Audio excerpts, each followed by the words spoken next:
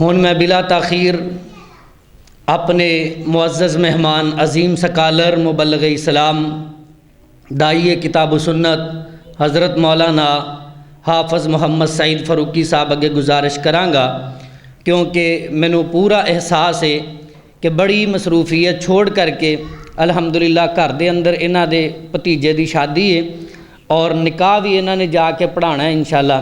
6 بجے the time مینوں کہن لگے قاری صاحب پہلے تقریر واسطے ٹائم مینوں دے دیا جے، اور انہاں دی بڑی میں شکر گزار ہاں انہاں دا، اور انہاں نے ٹائم نکالیا اور قیمتی ٹائم نکال کر کے ساڈے کول آئے۔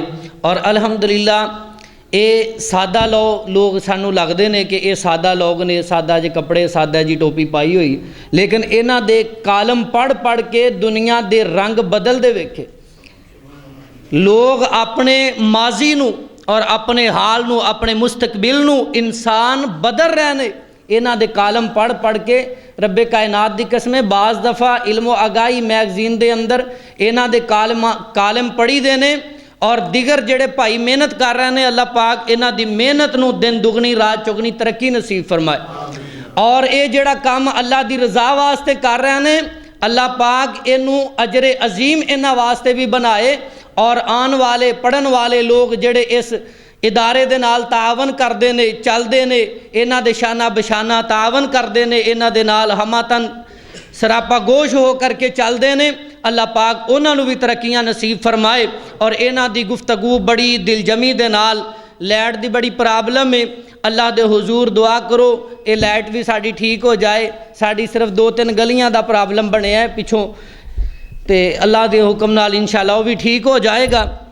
میں گزارش کرنا کہ حافظ محمد سعید فاروقی صاحب وہ اپنے مخصوص انداز دے اندر کتاب و سنت دی روشنی دے اندر بیان فرمان۔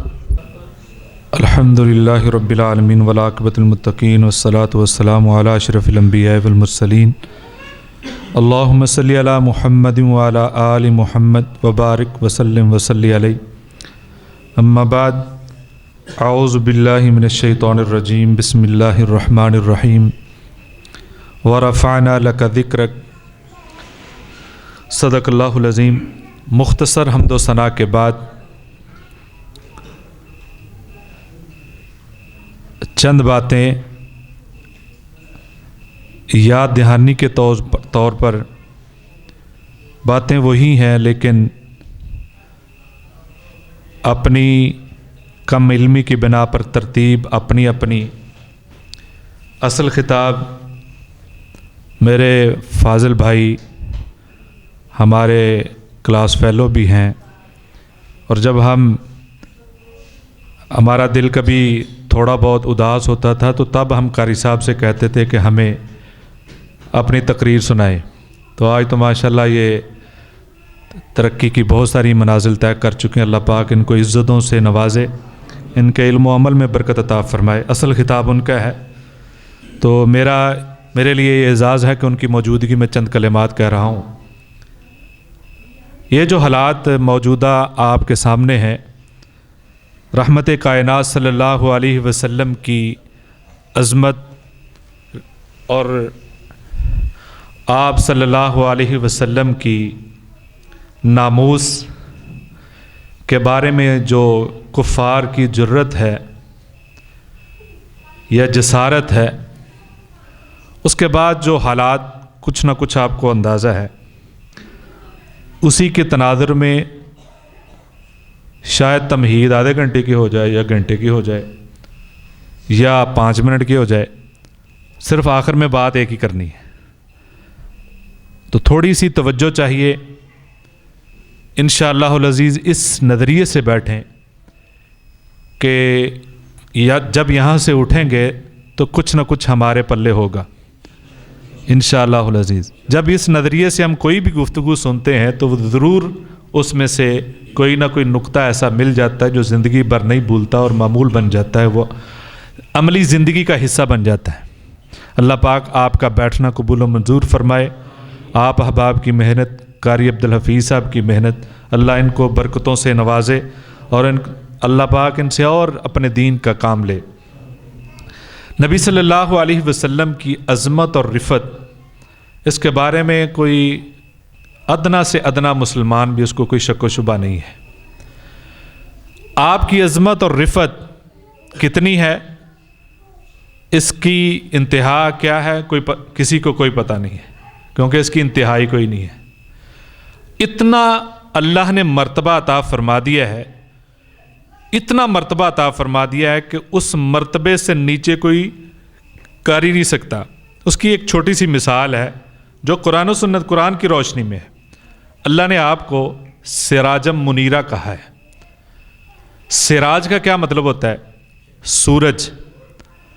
سراج کا مطلب کیا ہوتا ہے؟ سورج۔ منیرہ کا مطلب چمک، جو فل عروج پہ ہو، 12 بجے کا ہو، 1 بجے کا ہو، جو پورا چمکدار ہو، اس کو سراجم منیرہ کہتے ہیں۔ آپ مجھے بتائیں، کوئی سر پھرا اٹھ کے، یہ دوپہر 12 بجے اٹھ کے جب فل دھوپ لگی ہوتی ہے، وہ کہے جی میں سورج کو میلا کرنے لگا ہوں، کر سکے گا؟ وہ میلا کس چیز سے کرے گا، کیسے کرے گا؟ اگر کوئی کہے گا تو اس کو کوئی عقل مند کہہ سکے گا؟ وہ جسارت کر رہا ہے، بے وقوفی کر رہا ہے، اس کو میلا نہیں کر سکتا، اس کی روشنی مدد نہیں کر سکتا۔ وہ پوری دنیا کی بجلی اکٹھی کر لے، وہ پوری دنیا کے پاور پلانٹ سے اکٹھے کر لے، وہ سورج کی روشنی کو بھی ذرا برابر بھی مدم نہیں کر سکتا۔ یہ دنیا کا سورج ہے، یہ تو 2 جہانوں کا سورج ہے، اس کی روشنی کیسے مدم کر لے گا؟ لہٰذا ایک بات یاد رکھیں، آپ صلی اللہ علیہ وسلم کی آج تک نہ توہین کوئی کر سکا ہے نہ ہوگی۔ جو کرتا ہے وہ جسارت کرتا ہے، جو کرتا ہے وہ جسارت کرتا ہے۔ توہین آج تک نہ ہوئی ہے نہ ہو سکے گی، کیونکہ وہ تو سراجم منیرہ ہے، اتنے بلند ہیں، وہاں تک کوئی جا سکتا نہیں۔ جو کرے گا اپنے آپ کا بیڑا گرک کرے گا، اور ہوا ہے۔ یعنی اللہ نے عظمت اتنی دے دی ہے کہ اس سے ان کی عظمت کم نہیں ہوگی بلکہ بلندی ہوگی۔ اور آپ دیکھتے ہیں کہ جب بھی کوئی ایسی حرکت کرتا ہے نا تو مسلمانوں کے اندر اضافہ ہی ہوتا ہے۔ اور جن کو نہیں بھی پتا ہوتا ہے نا کہ وہ پہچان ہی نہیں ہوتی بعض علاقوں میں، ان کو بھی پتا ہے ایسے، پھر وہ اس کے بارے میں تحقیق کرتے ہیں، مسلمان ہو جاتے ہیں۔ لہذا یہ اللہ کا دین ہے اور اللہ کے پیغمبر ہیں۔ جتنا اللہ نے رتبہ دے دیا ہے اس سے، بلکہ آپ کا رتبہ تو وہاں سے شروع ہو گیا تھا، عالم ارواح سے۔ اللہ رب العزت نے بہت بڑی کانفرنس بلائی، اور ایسی کانفرنس کہ آپ بلانے والی ذات اللہ رب العزت کی، آنے والے جو وہ ہیں جن کو دعوت دی کہ وہ دنیا کی انسانوں کی سب سے کریم ہے، یعنی انبیاء کی جماعت ہے، ان کو بلایا ہے۔ اور ان کو بلا کر کیا کہا ہے کہ میرا اگر تم دعوت کا کام کر رہے ہو، اس دوران میرا پیغمبر آ جائے تو تم اس کی کیا کرو گے؟ اس کی تائید کرو گے، مدد کرو گے۔ قال اقررتم، اللہ نے پوچھا بتاؤ تم اقرار کرتے ہو؟ لفظ اقرار بلوایا ہے، اقرار کرتے ہو؟ حالانکہ ضرورت نہیں، کیونکہ بلایا تو اللہ نے ہے، سامنے وہ کریم بیٹھی ہے، وہ جو اللہ جو کہتا ہے ویسا ہی کرتے ہیں۔ وہ پیغمبروں کی جماعت کوئی آگے پیچھے بات کر سکتی ہے؟ لیکن اللہ نے پھر کہا بولو قالوا اقررنا، انہوں نے اقرار کیا۔ پھر لفظ انہوں نے کہا جی ہم اقرار کرتے ہیں، جس طرح حلف نہیں ہوتا، اقرار کرتے۔ اللہ نے پھر بھی یہاں بھی بس نہیں کرو، قال فشہدوا، گواہی بھی دو، فشہدوا، گواہی بھی دو۔ اس پیغمبر کی کیا کرنی ہے؟ مدد کرنی، ان کی بات ماننی۔ پھر کہا میں بھی گواہی دینے والوں میں سے ہوں، اللہ نے کہا میں بھی ہوں۔ یعنی اتنا پختہ، وہاں بھی آپ کی بات ہو رہی ہے۔ عالم بطن میں جو زندگی آپ جیسی کسی نے پائی نہیں ہے، عالم دنیا میں آئے ہیں تو سب سے پہلے جب بندہ دنیا میں آتا ہے تو کوئی نام سنتا ہے اللہ کے بعد تو حضرت محمد الرسول اللہ صلی اللہ علیہ وسلم کا سنتا ہے۔ بچے کے کان میں اذان ہوتی ہے، مسلمانوں کے گھر میں پیدا ہو تو اشہد ان محمد الرسول اللہ، یہ سنتا ہے اور پوری زندگی سنتا رہتا ہے۔ آپ دیکھیں آپ کی مسجد میں کتنی بار اذان ہوتی ہے؟ شاید 6 مرتبہ بھی ہوتی ہو، 5 مرتبہ ہوتی ہے کم از کم۔ اس میں کتنی مرتبہ آپ صلی اللہ علیہ وسلم کا نام آتا ہے؟ 10 مرتبہ۔ اور پھر تکبیر ہوتی ہے، کتنی بار آتا ہے؟ کم از کم 5 مرتبہ، 15 مرتبہ یہ ہو گیا۔ اور ہر تشہد کے اندر جو دوسرا تشہد ہوتا ہے یا آخری تشہد، اس میں ہم اللہم صلی علی محمد وعلی آل محمد، اور پھر اتحیات کے اندر ایھا النبی پڑھتے ہیں۔ یہ ایک دن کے اندر اس مسجد کا آپ حساب نہیں لگا سکتے، پورے محلے کا کیسے لگائیں گے، ہر مسلمان کا کیسے لگائیں گے، پورے پاکستان کا کیسے لگائیں گے، پوری دنیا کا کیسے لگائیں گے. اور آج کی تحقیق یہ بتاتی ہے پوری دنیا کے اندر کوئی ایسا منٹ نہیں جس منٹ کے اندر اذان نہ ہو رہی ہو، تکبیر نہ ہو رہی ہو اور نماز نہ ہو رہی ہو. تو ہر وقت آپ کا نام بلند ہی ہو رہا ہے، یہ کم ہو سکتا ہے؟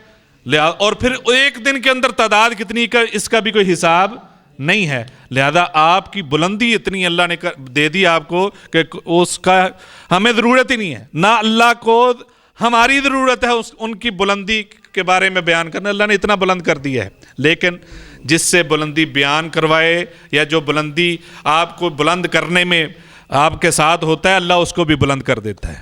کیونکہ آپ صلی اللہ علیہ وسلم کی ذات جس چیز سے منسلک ہوتی گئی ہے اللہ نے اس کو بلند کر دیا ہے.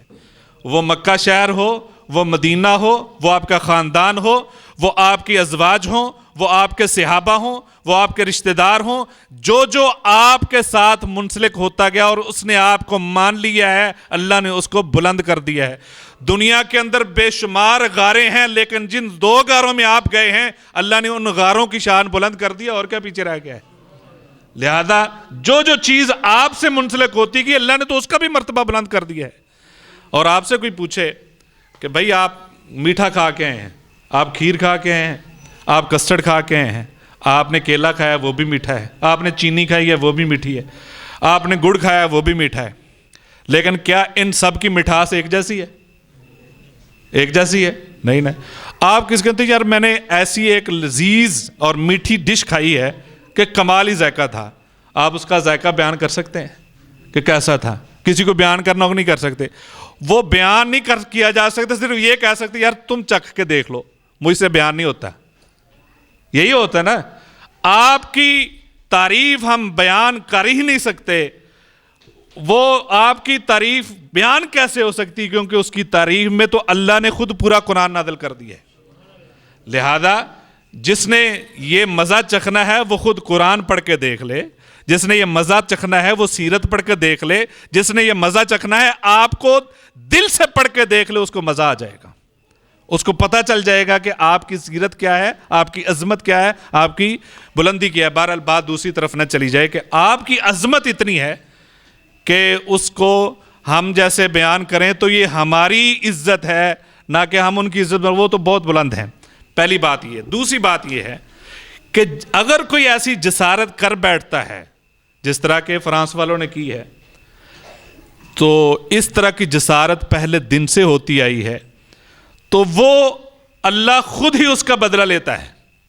اللہ نے خود ہی بندوبست کیا ہے. آپ نے پہلے دن جب لوگوں کو پتہ چلا کہ اللہ نے آپ کو نبوت دے دی ہے، اس دن سے لے کر آخری وقت تک کوئی ایسا لمحہ نہیں تھا کہ جب آپ کے دشمنوں نے سوچا نہ ہو کہ آپ کو دنیا سے ختم کر دیا جائے. کوئی ایسا لمحہ نہیں تھا. لیکن آپ کو کوئی نقصان پہنچا سکا؟ آپ کو مکہ میں تھے تو سارے تھے. پورے مکہ کے کفار کا جو نا بڑا لشکر آ کے باہر کھڑا تھا، ان کے اندر سے گزر گئے، کسی کو پتہ چلا نہیں. آپ غار میں پہنچ گئے، بالکل اوپر تھے، اللہ نے وہاں سے بچا لیا. پیچھے سے سراقہ پہنچ گیا، اللہ نے وہاں سے بچا لیا. بدر میں بچایا، احد میں بچایا، غزوہ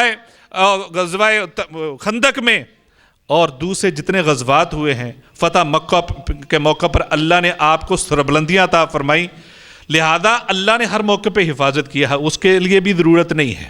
اللہ چاہے تو وہ اس چیز سے کام لے لے جس میں حرکت ہی نہیں ہے، اس چیز سے کام لے لے جس سے حرکت نہیں ہے. آپ دیکھیں کہ سراقہ آیا تھا، اس نے بڑھنے کی کوشش کی تو زمین سے کام لیا کہ نہیں؟ زمین سے کام لیا. انسان تو بڑی دور کی بات ہے، اللہ نے ان زمین سے کام لے لیے. وہ اللہ نے تو مٹی جو ہوتی نہیں، مٹی یہ جس کو ہم کہتے ہیں وہ کیا اس کو بولیں گے، گٹا، اور یہ اوپر کے اوپر خاک جو اڑتی ہے، اس سے کام لے لیا. کہا ایک مٹھی پھینک دو ان کی طرف، ان کو نظر ہی نہیں آئے گا. اللہ تو اس سے کام لے لیتا ہے. لہذا یہ ان کا دفاع بھی اللہ نے خود ہی کیا ہے. آپ صلی اللہ علیہ وسلم کی ذات کا دفاع بھی خود ہی کیا ہے. آپ کی عظمت آپ کی سیرت، آپ کی ذات، آپ کی بات کا دفاع اللہ نے خود کیا ہے کہ کوئی اس کو ذرا بھی نقصان نہیں پہنچا سکتا۔ تیسری بات یہ ہے کہ جس سے آپ کے دفاع کا کام لے لے اس جیسا خوش قسمت کوئی نہیں ہے۔ یہ اس کی خوش قسمتی ہے، اس کی سربلندی ہے جس سے کام لے لے۔ اللہ چاہے، دیکھیں اللہ کے پیغمبروں کی جس نے توہین کی ہے، اللہ نے ان کو تباہ و برباد کرنے کے لیے کسی بڑے لشکر کا بندوبست نہیں کیا، بلکہ بڑے بڑے لوگوں نے پیغمبروں کی توہین کی ہے، اللہ نے ان کو نیست و نابود ضلالت سے کروایا ہے۔ مثال کے طور پہ کہ نمرود نے توہین کی تھی حضرت ابراہیم علیہ السلام کی، تو اس کے لیے وہ نمرود کیا تھا؟ وہ بادشاہ ہے جس نے پوری دنیا پہ سلطنت کی، ان 4 بادشاہوں میں سے ہے، پوری دنیا پہ سلطنت کی، بڑا، لیکن اس وقت کی مخلوق میں سب سے چھوٹی مخلوق کون سی تھی؟ مچھر۔ تو مروایا کس سے؟ یعنی ڈبل توہین کی ہے اس کہ تو انا ربکم، ایک طرف انا ربکم الاعلی ہے، مروایا مچھر سے ہے۔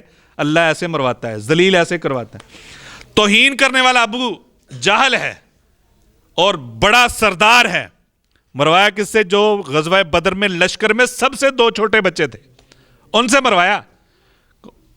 اس طرح فرعون یہ زمین کے اوپر، اس کا بھی دعویٰ انا ربکم الاعلی، لیکن اللہ نے اس کو بھی غرق کر کے اس زمین پہ ہی وہی مٹی اس کے منہ میں ڈال دی کہ اس زمین پہ اکڑتا تھا، اتنا ہی ذلیل کروایا۔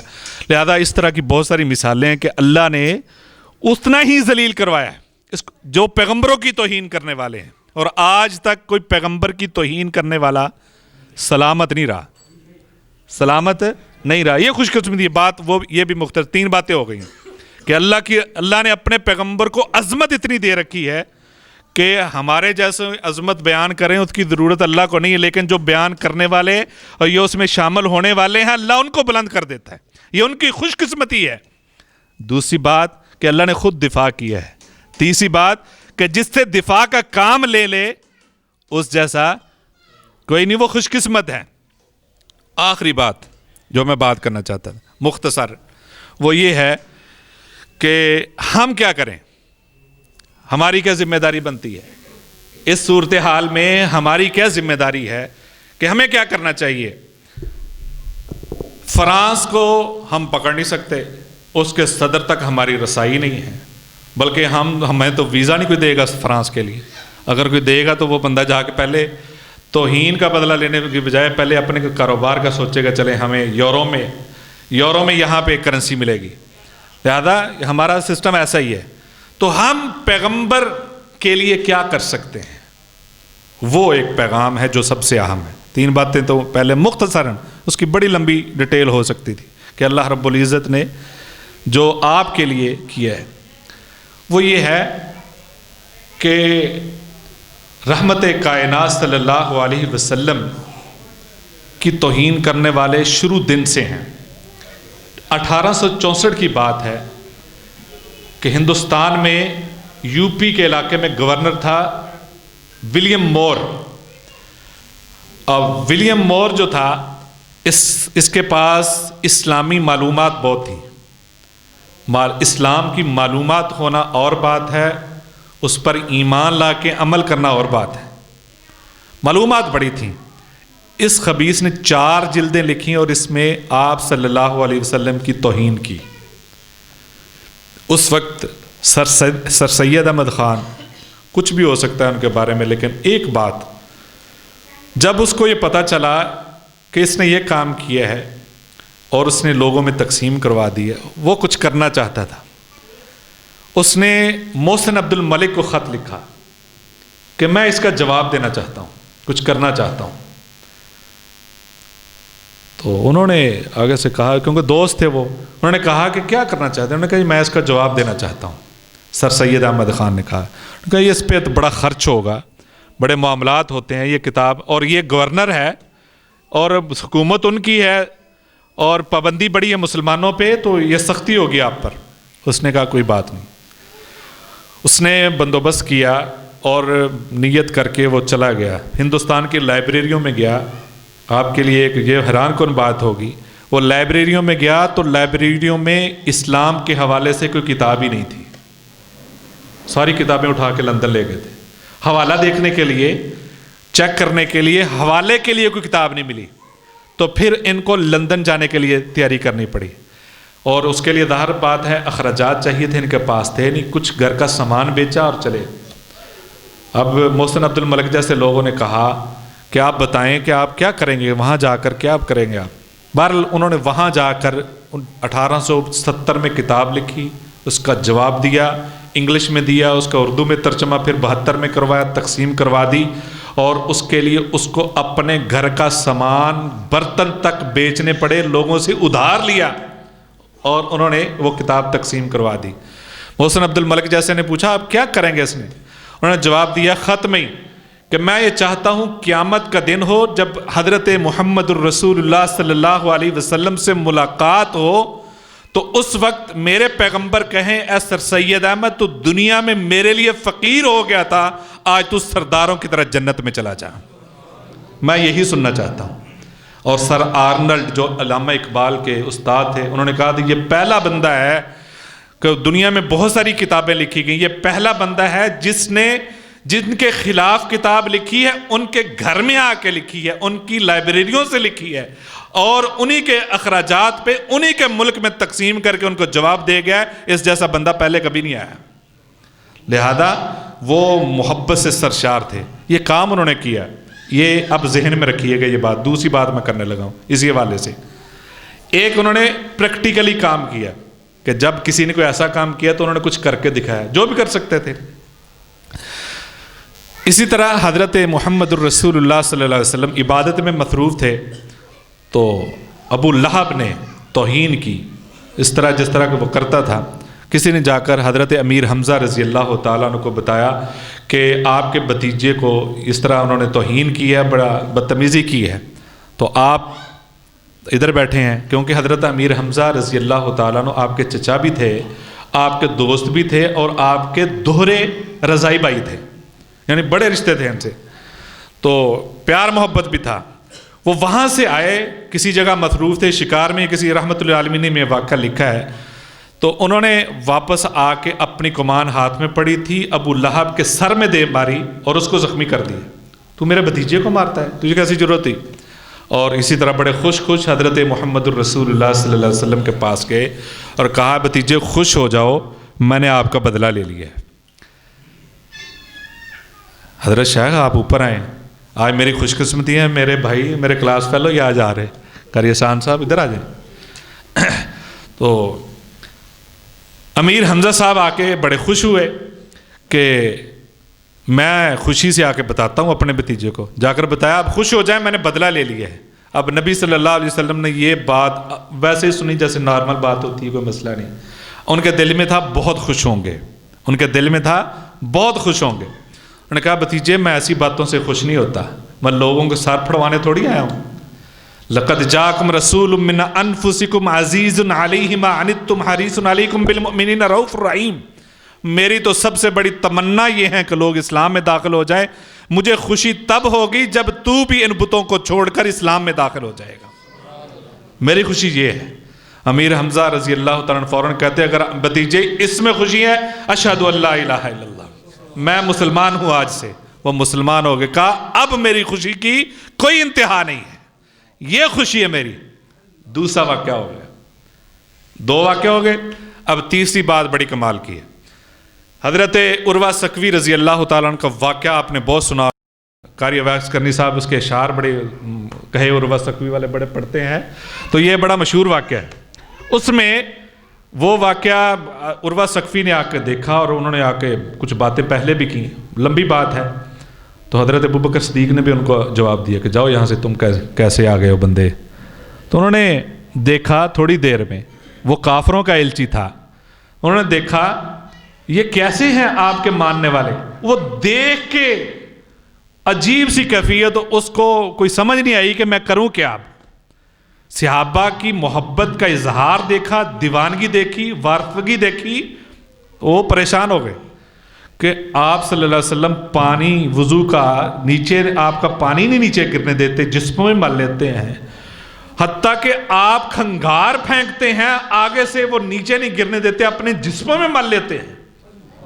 یہ آپ کے لیے کٹ مرنے کے لیے تیار ہیں؟ اس کے جا کے کہتا ہے وہ لوگوں میں نے بڑے دیکھے ہیں، بڑے سردار دیکھے ہیں، ایسے ان کے ماننے والے نہیں دیکھے، تم ان کو شکست دے ہی نہیں سکتے، پیچھے ہٹ جاؤ، کیونکہ ان کے ماننے والے ایسے لوگ ہیں۔ لہذا یہ منظر تھا۔ ایک اور منظر تھا، صحابہ اکرام رضوان اللہ علیہم اجمعین ایسے نبی صلی اللہ علیہ وسلم وضو کر رہے تھے، اسی طرح صحابہ اکٹھے ہو جاتے تھے، آ کر سارے جو بھی قطرے، ایک قطرہ نیچے نہیں گرنے دیتے تھے، وہ پانی اپنے جسم میں مل رہے ہیں۔ اب دیکھیں وہ منظر کیسا ہوگا، پیر صاحب بیٹھے ہیں اور ان کا پانی نیچے نہ گرے، اور وہ محبت کا اظہار، دیوانہ، تصور میں جائیں کیا صورتحال ہوگی۔ ویسے تو نبی صلی اللہ علیہ وسلم کو پتہ بھی ہے یہ کیا کر رہے ہیں، پہلے بھی کرتے ہیں۔ اب اتنی شدید محبت دیکھی تو وہاں پہ چوٹ لگائی، وہاں پہ پوچھا میرے صحابہ بتاؤ یہ کیا کر رہے ہو؟ پتا تھا نا آپ کو کیا کر رہے ہیں، لیکن پھر بھی پوچھا تاکہ اس کے اندر اور زیادہ تاکید پیدا ہو، کیا کر رہے ہیں آپ؟ انہوں نے کہا اللہ کے حضور صلی اللہ علیہ وسلم آپ سے محبت ہے، اس وجہ سے یہ پانی اپنے جسم میں مل رہے ہیں۔ کیوں مل رہے ہیں؟ کہ آپ سے محبت ہے، اس وجہ سے آپ کا پانی بھی ہم متبرک سمجھتے ہیں، ان کو نیچے اس کو نہیں گرنے دیتے، اور یہ ہمارے لیے بڑا عظیم پانی ہے، بڑا بابرکت پانی ہے۔ نبی صلی اللہ علیہ وسلم نے فرمایا او میرے صحابہ، چاہتے ہو کہ تم اللہ، غور کیجئے گا، تم چاہتے ہو کہ تم اللہ اور اس کے رسول سے محبت کرو؟ انہوں نے کہا جی بالکل ہم چاہتے ہیں۔ نبی صلی اللہ علیہ وسلم نے فرمایا کیا تم یہ چاہتے ہو کہ اللہ اور اس کا رسول بھی آپ سے محبت کرے؟ کیا بات ہے، پہلی بات ہے کہ تم چاہتے ہو کہ تم محبت کرو ان سے، دوسرا جملہ کیا یہ تم چاہتے ہو اللہ اور اس کا رسول بھی آپ سے محبت کرے؟ صحابہ نے کہا کیوں نہیں اللہ کے حضور صلی اللہ علیہ وسلم، بالکل یہ چاہتے ہیں۔ تو نبی صلی اللہ علیہ وسلم نے کہا اے میرے صحابہ، تو پھر یعنی یہ سوچنے والی بات ہے، تین باتیں ہو گئی ہیں، یہ تیسرا کہ جس میں صحابہ سے کہا میرے صحابہ اگر تم چاہتے ہو کہ تم بھی محبت کرو اور اللہ اور اس کا رسول بھی تم سے محبت کرے تو پھر یہی تک محبت کافی نہیں، کچھ آگے بڑھنا پڑے گا۔ حالانکہ محبت کی انتہا تو پہلے ہی تھی، اب اس سے آگے اور کیا تھے، کیونکہ خون بھی انہوں نے بہایا، پیش کر دیا، اتنی محبت ہے۔ نبی صلی اللہ علیہ وسلم نے فرمایا اس محبت کو یہیں تک نہیں رکھنا ہے، اس کو آگے لے کے جانا ہے، آگے لے جانے کے لیے عملاً بھی کچھ کرنا پڑے گا۔ میں کچھ بتاتا ہوں، نسخہ بتاتا ہوں، وہ نسخہ پلے باندھ لو، اللہ اور اس کا رسول بھی آپ سے محبت کرے گا، کیونکہ آپ تو محبت کی وجہ سے ایسے کر رہے ہیں، اللہ اور اس کا رسول بھی محبت کرے گا۔ تین باتیں بتائیں اس موقع پہ، اس کا مطلب یہ نہیں کہ تینوں باتوں پہ عمل کریں، تین نسخے بتائے ہیں اور ساتھ یہ پیغام بھی دیا ہے کہ اس طرح محبت کا اظہار جو کمال محبت ہے یہی کافی نہیں، اس سے بھی آگے جانا چاہیے، وہ ہے عمل۔ وہ کیا ہے؟ عمل، کہ عملاً بھی کچھ آپ کے اندر بھی کوئی تبدیلی آئے، آپ اپنے لیے بھی کچھ کریں۔ صرف اس طرح محبت، وہ اظہار بہت اعلیٰ ہے، لیکن اس اعلیٰ کو اور بلند کرو، وہ عمل سے ہوگا۔ عمل بتایا، پہلا کام یہ کرنا ہے آج کے بعد جھوٹ نہیں بولنا، سچ بولنا ہے۔ اس حالت میں کہا جب صحابہ محبت کی عروج پہ تھے، کہا میرے صحابہ آج کے بعد جھوٹ نہیں بولنا۔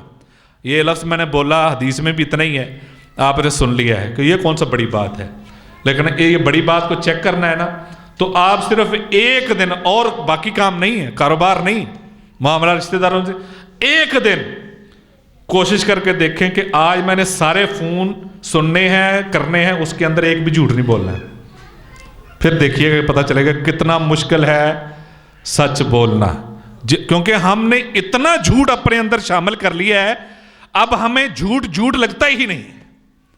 چھوٹی سی بچوں سے جھوٹ بولتے ہیں، چھوٹی چھوٹی باتوں پہ جھوٹ، اور جس جھوٹ کا کوئی فائدہ بھی نہیں نظر آ، ظاہری فائدہ بھی نظر نہیں، حالانکہ اس کا ہوتا نقصان ہی ہے۔ ظاہری طور پہ بندہ سمجھ لیتا ہے 1 منٹ کے لیے مجھے فائدہ ہوگا، میں بچ جاؤں گا، کچھ بھی نہیں ہے، لیکن عادت بنا چکے ہیں۔ پہلی بات یہ ہے آج کے بعد جھوٹ نہیں بولنا، اور یہ پریکٹیکل آپ اندازہ کر کے دیکھیں۔ دوسری بات کہ ہمسایوں سے اچھا سلوک کریں، دوسری بات ہمسایوں سے اچھا سلوک۔ آج سے 30-40 سال پہلے ایک دیہاتوں کے اندر ہمسائے نہیں، وہ رشتہ دار لگتے تھے، فیملی کا حصہ لگتے تھے۔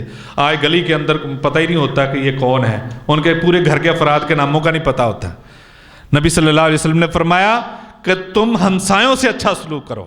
دوسری بات. تیسری بات, امانت میں خیانت نہیں کرنی.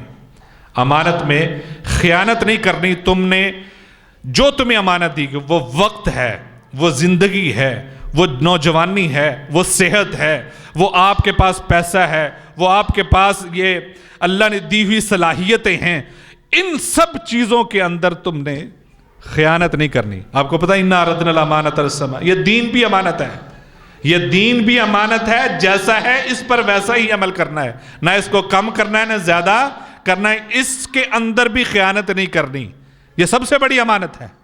لہذا آپ نے امانت کے اندر خیانت نہیں کرنی. یہ 3 باتیں بتائیں اور ساتھ یہ پیغام دیا ہے کہ عملاً کرو گے تو صحیح متبع ہو, صحیح محب رسول ہو, اللہ اور اس کا رسول بھی آپ سے محبت کرے گا. اب پہلی بات یہ تھی, وہ یہ ہے جو سر سید احمد خان والی ہے, اس میں پیغام یہ ہے کہ انہوں نے اگر ایسی حرکت کی ہے تو ہمارے اندر یہ تبدیلی آنی چاہیے تھی کہ ہم سیرت رسول کو رائج کر دیتے, گھروں کے اندر اپنے بچوں کو سیرت پڑھانی شروع کر دیتے, اور وہ واٹس ایپ پہ اور وہ فیس بک کے سوشل میڈیا پہ عام کر دیتے. او کافرو, تم ہمارے نبی کے بارے میں ایسا سوچتے ہو, ہمارے تو بچے بھی پیغمبر کی ساری زندگی کو جانتے ہیں. چاہیے تو یہ تھا ہم اپنے رشتہ داروں میں سیرت کی کتابیں عام کر دیتے, اپنے بچوں کو سیرت پڑھانے لگ جاتے اور سیرت کو عام کر دیتے. ہمیں بذات خود نہ نبی کی پوری زندگی کا پتہ, نہ بچپن کا پتہ, نہ جوانی کا پتہ, نہ آپ کے ازواج مطہرات کے ناموں کا پتہ, نہ صحابہ کے ناموں کا پتہ, نہ آپ کے رشتہ داروں کا پتہ, نہ آپ کی مدنی زندگی کا پوری طرح پتہ, نہ مکی زندگی کا پتہ. ہم تو بذات خود بھی آپ کو نہیں جانتے. چاہیے تو یہ تھا ہم عملاً آگے بڑھتے, آپ کی سیرت پڑھتے بھی, پڑھواتے بھی, لوگوں کو بتاتے بھی, ہم اور تم کر لو, ہم تو اور زیادہ قریب ہوں گے ان کے. یہ ہمارے پیغمبر ہیں, ہم ان سے محبت کرتے, محبت کر کے دکھائیں گے. اگر ہم نے پہلے کم پڑھا تھا, اب زیادہ پڑھیں گے بھی اور آپ کی سیرت کو عام بھی کریں گے.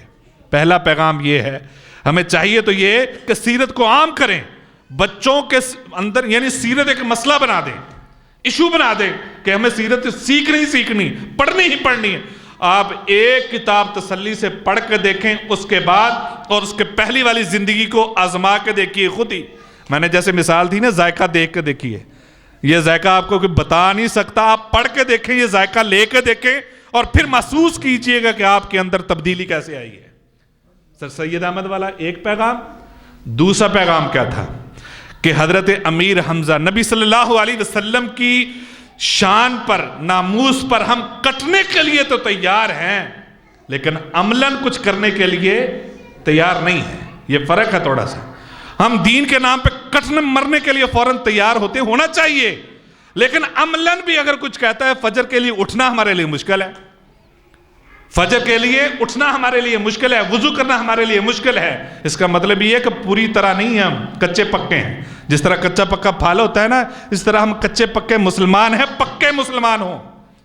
جس کو ٹپکے ہوئے مسلمان کہتے ہیں نا, وہ اس طرح کا مسلمان ہونا چاہیے کہ ہمیں پوری طرح دین کے اوپر اتباع کرنے کی ہمارے اندر ایک صلاحیت ہو اور جستجو ہو, امنگ ہو, اور پھر ہم پکے مسلمان ہوں گے. کہ صرف خالی خولی نہیں, صرف دعوے نہیں, عملاً بھی ہم کریں کچھ. نبی کو خوش کرنا ہے تو کیسے نبی نے کہا تھا نا, مجھے خوش دیکھنا چاہتے ہو تو میری بات مانو. اب پیغمبر کو خوش کرنا ہے تو ہم اسی طرح خوش کریں گے. یہ تہیہ کر لیں, سوچیں جا کے, کام اپنا ہے, آپ کا ہے, آپ بھی کچھ کریں. علماء کی تقریر سننے کے بعد گھر میں جا کے تھوڑا سا سوچئے گا کہ میں کون سی ایسی چھوٹی سی بات ہے کہ جس بات پر میں پہلے عمل نہیں کرتا تھا آج کروں گا.